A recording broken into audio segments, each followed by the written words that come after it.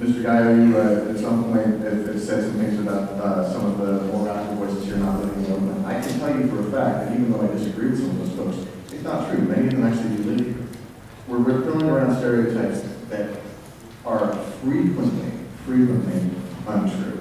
Now, as far as Mr. Bratton goes, just based on the reaction in this room, and based on the fact that despite having between, 5 and 13 PR consultants in the last year, Mayor Kwan couldn't keep his big mouth off the air last night, I'm kind of thinking that he's just too polarized and sent out to do community work. Now, as for the Washington part of this contract, I don't have any problem with that. I would urge you to ask the city attorney whether or not you can bifurcate some of this, whether or not you can throw something on that says stop and frisk won't become the official policy of the city of Oakland. But let's pause here and realize that the stereotypes that we like to throw around, that rich white people want more cops and that poor black and brown people don't. Sometimes the reverse is true. Sometimes the stereotypes we think are true. Sometimes people who come in and that's not and sometimes they do.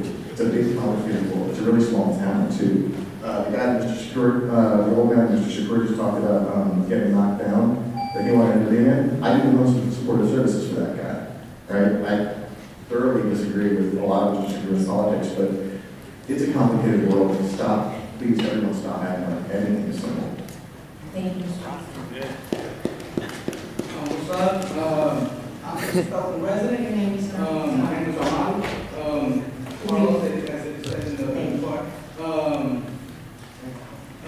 So I'm a Stockton resident, and even though you have not hired Brandon, you have Brandons out there in East Oakland. I'm from deep East Oakland, and last time I was walking down the railroad, and OPD was chasing down a black man, right? And I seen him. I knew they were chasing him, and I was praying God. I was like, man, I hope it's not another black man getting shot. I hope he gets away. Because he got away, right? I was like, man, I'm glad he got away. So then I was walking down the railroad, and my friends were supposed to meet me down the block. So I was walking, and then some cops, OPD pulls up real fast, smashing and shit. So when they stop, and then I keep walking, and then Cuz comes out with his gun, and he pulls it out. The cop comes out of his car, and he's like, put your hands up. And I'm like, what? Like, why? Like, I'm not doing nothing bad. So I keep walking, he's like, put your hands up. And I'm like, hell no, I'm gonna keep walking. So he pulls out his gun, and he said, put your hands up. And I was like, what? So then I put my hands up. I was like, I want to go home. I don't want to get home. I want to go home to my little brother that doesn't have a father at home. So then I keep walking, and he says again, put your hands up. And I put him up, and I'm saying, like, I have my hands up. If it wasn't because my friend didn't say it was a black man that you were chasing, I would have been shot.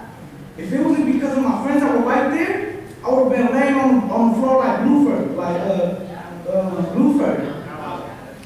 I wouldn't be right here right now. So to say that, since the age of 13, I've been seeing everything in up to California, from corner to corner, murder robberies, every night hitting gunshots on the block. It's like a lot of